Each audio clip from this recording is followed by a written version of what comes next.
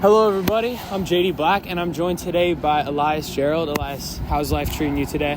Oh, it's good, It's a little gloomy today, but honestly, I'm just happy to be here, somewhere I'm familiar with, and, I'm shooting the breeze. Fire, yeah. Here being the USC track, we got the high jump pit in the back, and it's very fitting because, Elias, you're a very successful high jumper. Briefly, let's address the elephant in the room. NCAA champions, indoor and outdoor last year. Can you walk me through kind of how that felt as the team, winning such a big stage? Man, it's crazy. I was literally just going through the memories in my head yesterday, JD, because I was thinking about it. It's hard to formulate words behind it because it's such a massive accomplishment for me, too. Growing up playing all the sports I did, I found myself on a large spectrum when it came to playing sports. I did individual sports like martial arts, taekwondo, and I did team sports like basketball. And with all the team sports, I never found much success. And so winning the NCAA championship, not once but twice, was the first time I've been on a team that had done something spectacular, that had won a championship. And it's a very infuriating feeling. It's almost undescribable because when you all come together and you hoist that trophy, it's a very bonding experience between you and all your teammates, knowing all the hours that you put in, all the blood, sweat, and tears you put in, to finally see the result and have it be tangible, be real, because you think about it so much every day.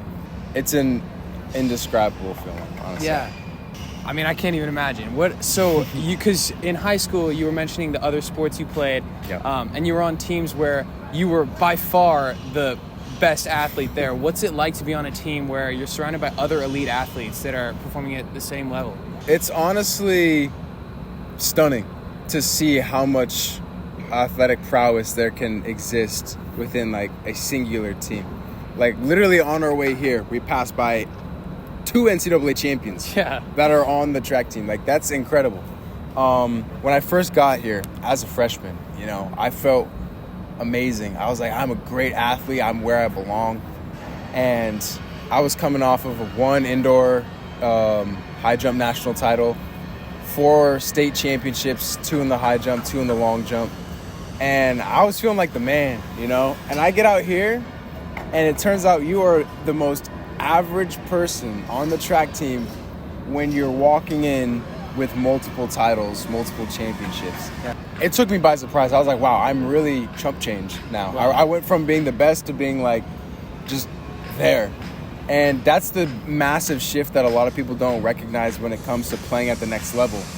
Whether that's college, professionally, or even high school. Once you transition to the next level, people don't understand that there really is levels to it. There really is levels to it. And so I had to work my butt off to get to half the level, half of the accolades and accomplishments that I had gotten to in high school. But to be surrounded by a team that is so great, it's so motivating, knowing that you may not even be the greatest athlete there, but everybody wants to be here.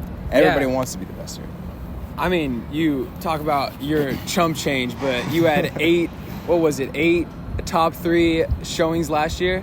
Mm-hmm. I wouldn't say that's chump change. I feel like that was a pretty good season. Yeah. Well, the other question I had on the topic of your teammates, do you ever feel like you're competing against your teammates? Like in practice, maybe you're getting a little competitive with the other members of the team? In practice, absolutely. It gets competitive. Yeah. So, for example, last year, right now I'm currently the only high jumper USC has on the men's side.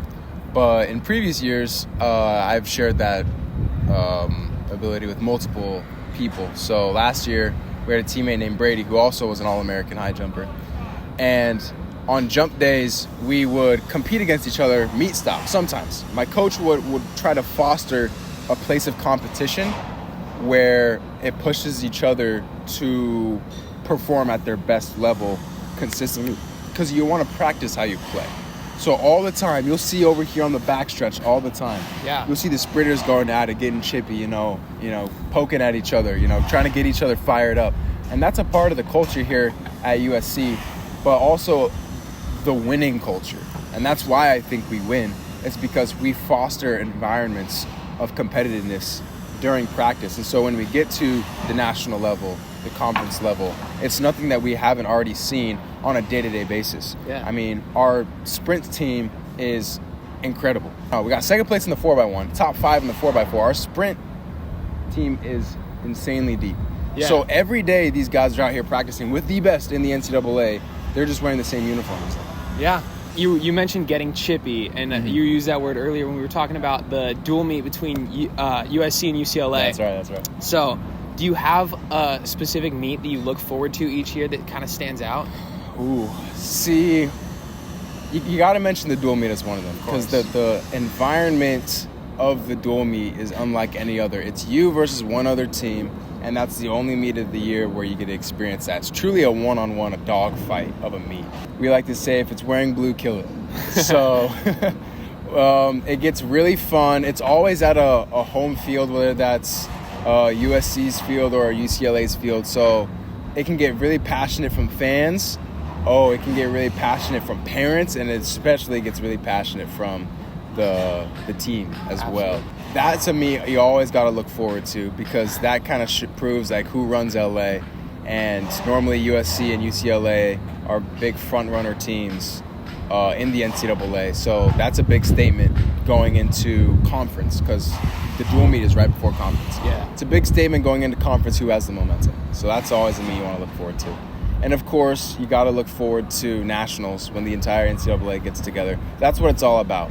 Because, honestly, if you ask me, that's truly what the track season is all about, is nationals. Everything else is just like the preseason moving up to that. You're just training, you're practicing, but the main goal, the meat and potatoes of the track season is nationals.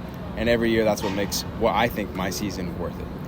So speaking of nationals, do you think the USC team has what it takes to go back to back to back to back? It would be something nobody's ever done before, that's for sure. I think we are, if not the only team to go back to back in general with an indoor-outdoor title.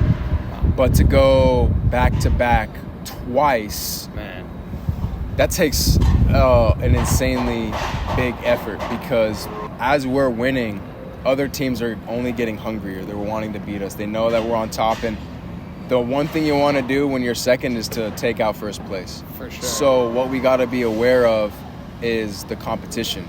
I know that we have all the pieces we need to win. The proof is in the pudding. We have 2 titles, and we didn't lose very many players at all. We didn't lose very many team members at all. So, and what we've reloaded with, we have talent. We have what it takes to win.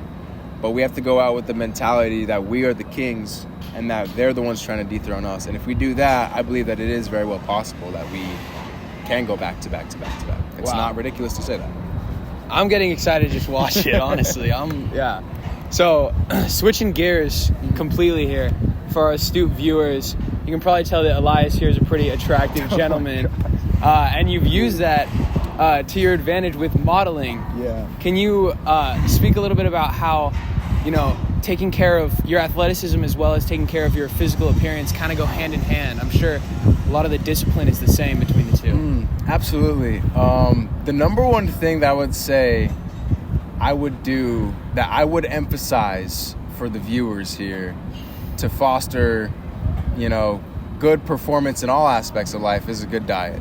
A good diet is the center of everything you do. It fuels your body and it fuels your mind, which are what make you as a person. So what I like to do is I follow a very tight regimen when it comes to my diet. Hitting your proteins and whatnot helps you compete to the athletic ability that you want to. Getting your vitamins and minerals and nutrients as well helps foster a healthy complexion as well. I obviously do like skincare, things like that. But it also plays into the concept of feel good, play good. Totally. And that's why you'll see a lot of like female athletes as well. They'll do like full face makeup and whatnot. They'll like go to the airport in their nice pregame fits and whatnot. And then again, that just fuels the feel good, play good mentality. And I believe in the same principle, feel good, play good. So when I'm getting ready to compete and whatnot, keeping up with my overall hygiene and whatnot, trying to be the best person I can be health-wise, it allows me to not only compete at my best ability, but it helps me feel good, I look good, and then that awards me on the other side, with my modeling career. So. That's super cool. Wow. Well, thank you so much for sharing all that, Elias. Absolutely. It's been great to have you on the show today. Thank you for having me, Thank you all JD. for tuning in. Absolutely. Yeah. Thank you. Of course.